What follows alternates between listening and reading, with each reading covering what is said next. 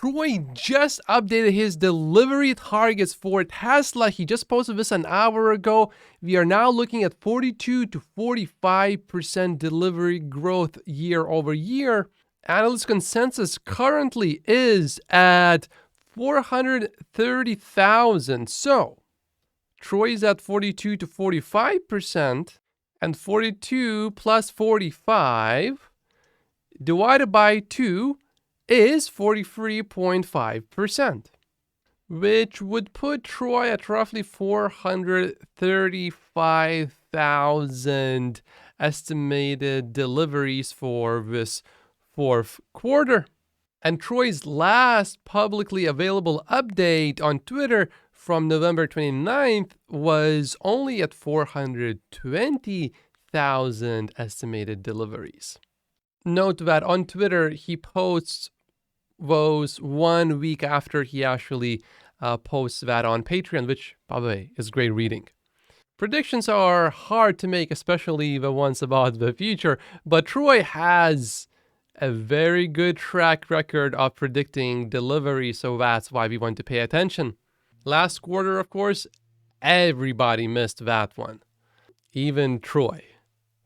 For me, as a long-term investor, I really just pay attention mostly to production, which is at 50% projected by Troy, and then deliveries, we want to look at those to see what the stock price is going to do short-term, because if we beat delivery expectations again like we did last year in Q4, the stock jumped up by 10%, more than 10% in one single day from the day market was closed to the day it opened.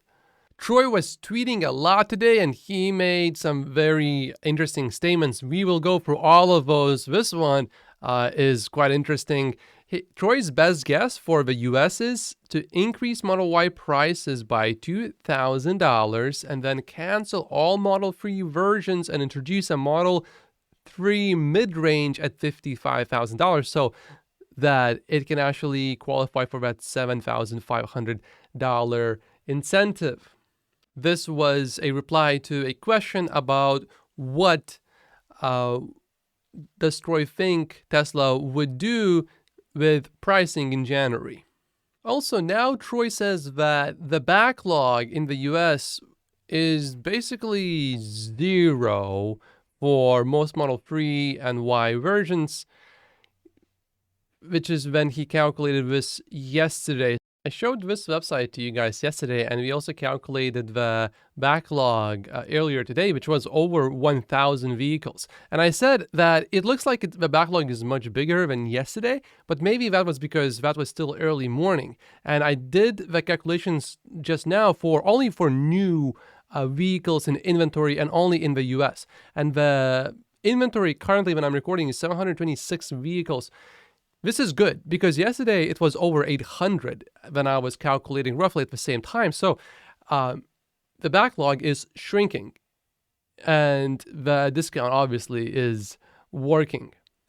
Interestingly though, Model 3 long-range version is still not available, even though the inventory, for Model 3 rear-wheel drive is not zero right now. And of course, for Model Y, there's no standard range, only long range and the performance versions.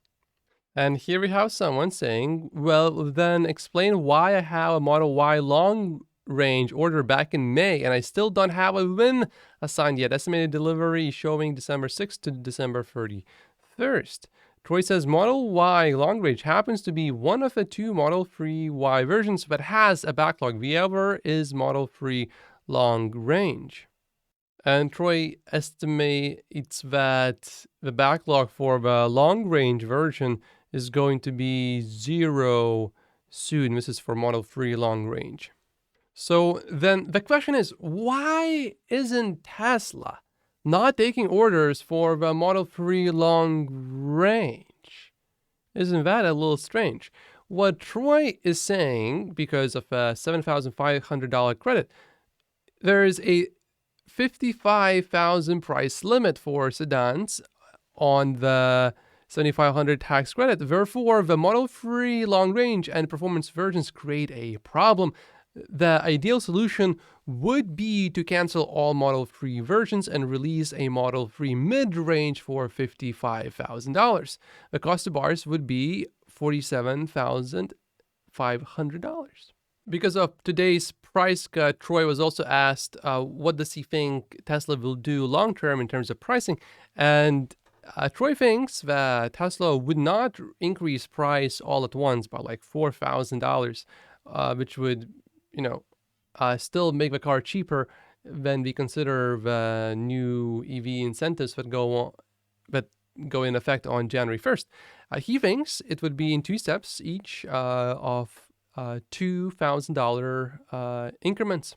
And how about later? Would Tesla decrease prices after that? Troy says it depends on the backlog. It's hard to guess what happens after April 2023. If Elon doesn't make comments on Twitter that would discourage potential Tesla buyers, then a $4,000 price increase could be sustained throughout 2023, which of course would be amazing for the bottom line of Tesla.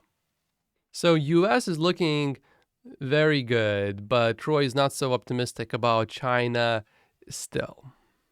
And this is also good. Someone had an order and their order automatically got adjusted to include the discount, which is good. We don't want a big backlash or people just canceling their order and then just ordering it from inventory. It just creates hassle for everybody.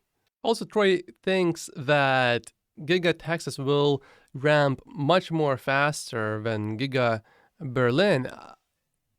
Previously, Elon suggested that Giga Berlin and Giga Texas would ramp at roughly the same rate, but Troy thinks that Giga Texas is going to be much faster because of the $7,500 credits that will go into effect. Some long-term investors would prefer Tesla to not discount and just wait until January and then sell all of the vehicles. Tesla's target for deliveries is just under 50%. And if Tesla did not offer that discount today of almost $4,000, Troy estimates that there could be about 30,000 undelivered cars in the US this quarter. That's a lot. Also, if Tesla is planning to increase pricing next year, I think it would be good to announce that right now. I mean, this would actually spike number of orders right now because you're getting almost a $4,000 discount right now. And if you increase prices in December, if you announce that, then it's going to be almost no difference if you buy it now versus if you wait till December. Still a little bit of a difference, but not a $7,500 difference. Or if you take the price cuts, then that's about almost a $4,000 difference. One reason why Tesla may not want to build up inventory going into the first quarter of next year is because we also have to take into consideration storage and all of the potential logistics costs as well. It's just simpler to clear out the inventory. At this point, I think it's pretty much safe to assume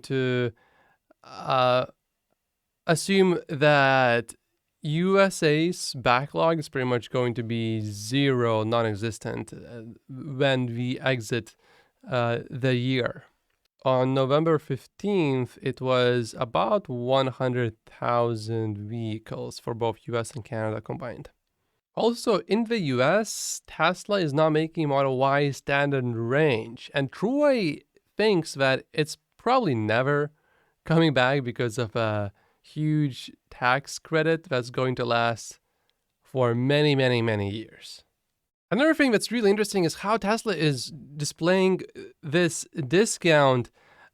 It's really practically a discount, but it doesn't reduce the prices shown on the configurator. So it's just called a credit, not actually a discount, which is good because this makes it much more easier to increase the price, let's say in January. So instead of, if you just want to increase the price, let's say $2,000 higher from where we were just a few days ago, now you just say, oh, the prices have gone up by $2,000 instead of 2,000 plus the price cut that you just had of almost 4,000. That's almost a $6,000 increase. So this way, it doesn't sound nowhere near as bad. So overall, a good update from Troy. These are 48 reasons why I only own Tesla stock in my stock portfolio. My name is Matt Post. Just like and subscribe if you haven't yet, and I will see you right here. Thank you so much for watching.